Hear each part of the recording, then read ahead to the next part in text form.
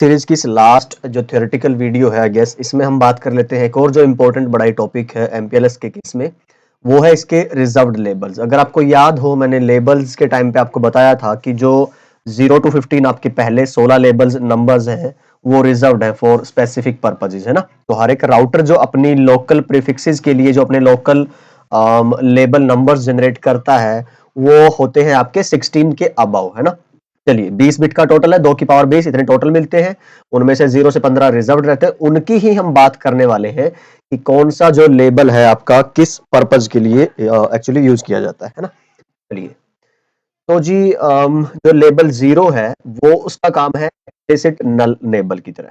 Label 3 है implicit नल।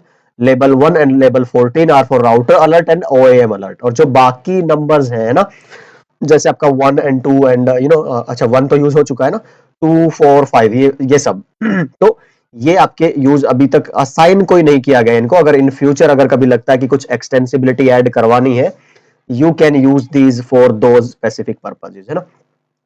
तो एक सा आइडिया मैं आपको दे देता हूं इन चारों। तो ये हैं दो इंपॉर्टेंट ज्यादा जो हमारे लिए, है ना, एक्सप्लिसिट नल एंड इम्प्लिसिट नल दोनों। तो जो लेवल 14 है एक्चुअली वो तो सिस्को यूज भी नहीं करता है, सिर्फ जो ओ एंड एम है, जो मेंटेनेंस और टी शूट है, जो आपका वेंडर टू वेंडर, उसके लिए यूज किया जाता है। और ये ओपन सोर्स ज्यादा यूज करते हैं सिस्को, तो इसके लिए अपना अलग ही एक प्रोसीजर है उसका। और लेवल 1 जो है जनरल, चलो मैं पहले 0 एंड 3 के बारे में बताता हूँ, यही ज्यादातर आपके इंटरव्यूज एंड एग्जाम्स के पर्सपेक्टिव से इंपॉर्टेंट भी है। मान लो एक एलएसपी है आपके पास, ये एक राउटर है आपका, एज पे है जो, और ये किसका काम कर रहा है, आपके इनग्रेस एलएसआर का, है ना। चलिए जी, इधर आपने पैकेट रिसीव करना, नॉर्मल आईपी पैकेट, है ना, किसी भी कस्टमर एज के राउटर से। चलिए तो ये आपका हुआ इग्रेस एलएसआर, ऐसा लेबल स्विच राउटर जिसने आपकी ट्रेडिशनल आईपी पैकेट को रिसीव करना और आगे उसके साथ पहली बार लेबल अटैच करवाना है। ठीक है, कोई प्रॉब्लम नहीं है। ऐसे ही यहाँ पे एक और एलएसआर है जो नॉर्मल डेस्टिनेशन वाले कस्टमर एज से जुड़ा हुआ, जहां पे आपको पैकेट आईपी का भेजना है। इसको क्या बोलते हैं हम एमपीएलएस की टर्मिनोलॉजी में, इग्रेस लेबल राउटर। ठीक है, हो सकता है बीच में और भी कुछ राउटर्स हैं, इनको हम जनरली क्या बोलते हैं, आपके एलएसआर लेबल स्विच्ड राउटर। तो ये एलएसआर 1 है, ये एलएसआर फॉर एग्जांपल 2 है। चलिए जी, ठीक है, ऐसे कई सारे आपके राउटर्स हो सकते हैं, और ये आपका क्या बना फिर एक तरह से आपका एलएसपी। ठीक, तो लेबल डिस्ट्रीब्यूशन प्रोटोकॉल ने डिसाइड कर लिया आपके डिपेंडिंग अपॉन जो आपकी आईजीपी थी कि ये मेरा लेबल स्विच पाथ होने वाला है। ठीक है जी। अब एक चीज सोचिए जरा यहाँ पे कि जब आपने यहाँ नॉर्मल आईपी पैकेट रिसीव किया, उसके साथ आपने फिर क्या लगा दिया, लेबल लगा दिया, है ना। चलिए जी, वो कहां भेज दिया आपने, एलएसआर 1 पे भेज दिया।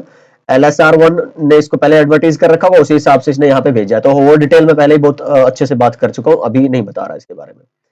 इसने इसको भेज दिया होगा, ठीक है, इसने इसको भेज दिया होगा। एलएसआर 1 ने और एलएसआर 2 ने, दोनों ने सिर्फ क्या किया होगा कि जो इनकमिंग लेबल्ड पैकेट था उसके टॉप लेबल को पढ़ा, हटाया और वो ऐड कर दिया जो LSR2 ने उस प्रीफिक्स के लिए एडवर्टाइज किया होगा और आगे भेज दिया। तो ये सिर्फ क्या कर रहे हैं, आपके लेबल को पॉप करके और दूसरे लेबल के साथ स्वैप कर रहे हैं, मॉडिफाई कर रहे हैं।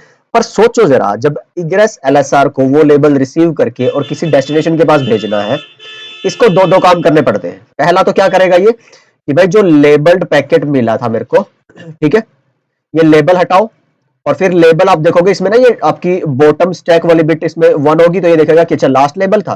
तो इधर मैं क्या कर दूं फिर कि भाई अब इसको नॉर्मली जो आईपी पे रूट करवाना है, तो यहां तक चला था एमपीएलएस, और आगे चलेगी नॉर्मल आईपी राउटिंग, जो भी आपने यहाँ पे डिफॉल्ट स्टैटिक बीजीपी या जो कुछ भी है। अच्छा जी, इतना काम हो गया। तो कितने लुकअप करने पड़ रहे हैं यहाँ पे, गौर करने वाली बात ये है। तो एक लुकअप तो है आपका लेबल हटाना है, ठीक, और फिर लेबल इंफॉर्मेशन बेस में देखना है कि आगे कहीं पे और फॉरवर्ड करना है, तो ये कहेगा नहीं करना जी, अब तो सिर्फ नॉर्मल आईपी पे रूट करवाना है। फिर ये आईपी राउटिंग टेबल भी देखेगा।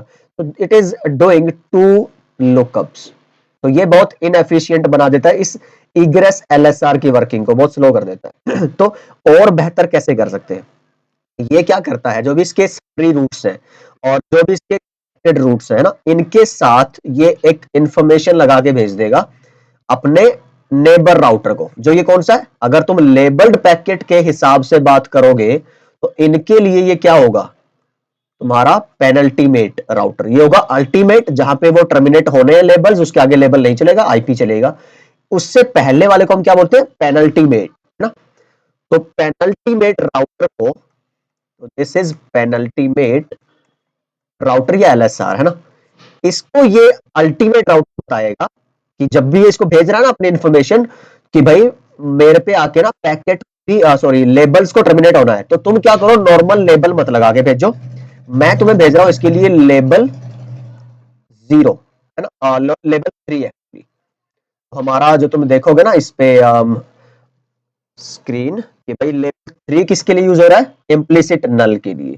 तो लेबल 0 की बाद में बात करेंगे, फिलहाल हम किसको डिस्कस कर रहे हैं, पहले लेबल 3 को। अच्छा, तो इसने कह दिया कि इन सब प्रीफिक्सेस के लिए लेबल 3 यूज करो। ओके जी, कोई दिक्कत नहीं।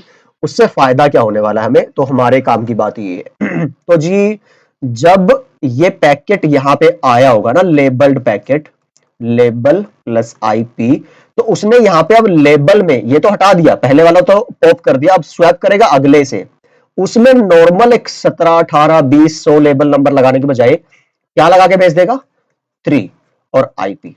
अब 3 को देखते ही ये क्या समझ जाएगा कि भाई मेरे को अब एल्फिब, जो आपकी लेबल फॉरवर्डिंग इंफॉर्मेशन बेस है, सेफ है, वो लुकअप नहीं करना है, तो मेरे को ये हटा के डायरेक्टली अब किसका लुकअप करना है, आईपी का।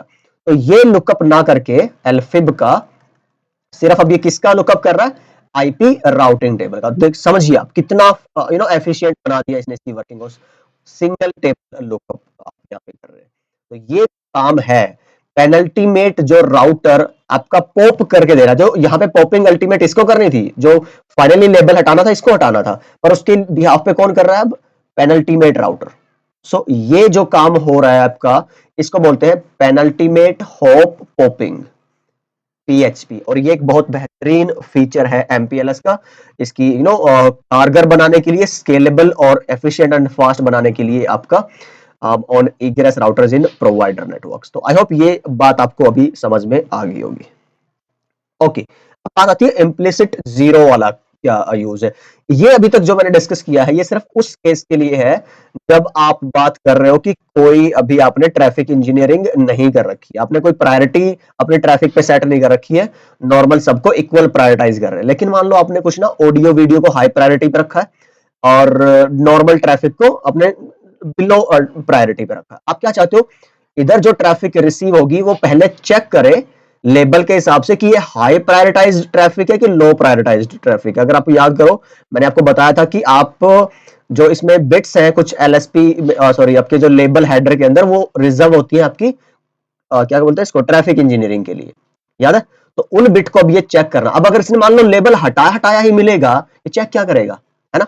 तो उस केस में ये क्या करता है कि अब जब ट्रैफिक इंजीनियरिंग इनेबल्ड हो तब की बात है, ये लेबल 3 ना भेज के ये लेबल 0 भेजता है।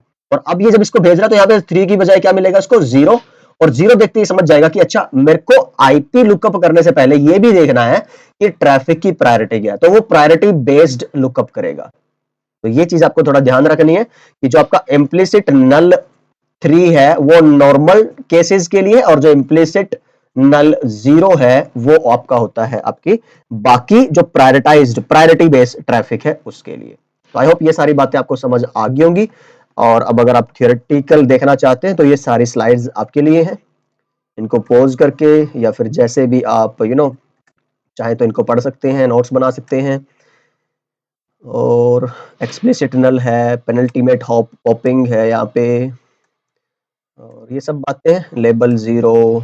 राउटर अलर्ट का मैंने बताया कि जब किसी लेबल का आपको क्लोज इंस्पेक्शन चाहिए, अब आप चाहते हो कि आपका सीपीयू इंटरवीन करे और वो उसको क्लोजली पढ़ के और फिर उस पर एक्शन ले, उसके लिए आप राउटर अलर्ट लेबल यूज करते हो। इसका मैंने बताया था सिस्को के लिए कोई यूज है नहीं, पर ये बेसिकली होता है किसके लिए, फेलियर डिटेक्शन और ये परफॉर्मेंस मॉनिटरिंग और इन सब कामों के लिए होता है, ये वेंडर बेस्ड होता है।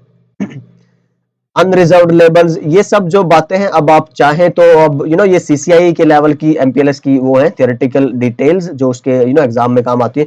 आप चाहते हैं कि ये सब पीपीटी ये स्लाइड्स आपको मिले तो आप मेल कर सकते हैं मुझे networknuggetsforyou@gmail.com पे। तो सीसीएनए अनकोर एनआरसी का जो कंप्लीट स्टडी नोट्स है उनके साथ ये भी मैं आपको दे दूंगा। It's just a minimal very fair price that you can have these notes as a support to my efforts and to this channel। तो चलिए ठीक है, तो आई गेस आपको ये सारी बातें क्लैरिफाइड है। अगर कोई दिक्कत है किसी तरह की तो आप कमेंट में मुझे बता सकते हैं। So I hope to see you guys in next video and let's see हम इसी सीरीज में कंटिन्यू करेंगे लैब, वीपीएन और ये सब एमपीएलएस कॉन्फ़िगरेशन, या फिर कोई सेपरेट सीरीज जहां पे वीपीएन की ही पर्टिकुलर हम बात करेंगे एनआरसी में, तो वहां पे रखेंगे। तो चलिए देखते हैं। तो मिलते हैं आपसे किसी अनदर एक्साइटिंग इंटरेस्टिंग वीडियो में। तो अपना ख्याल रखिए, सीखते रहिए, सिखाते रहिए और मस्त रहिए। Bye bye.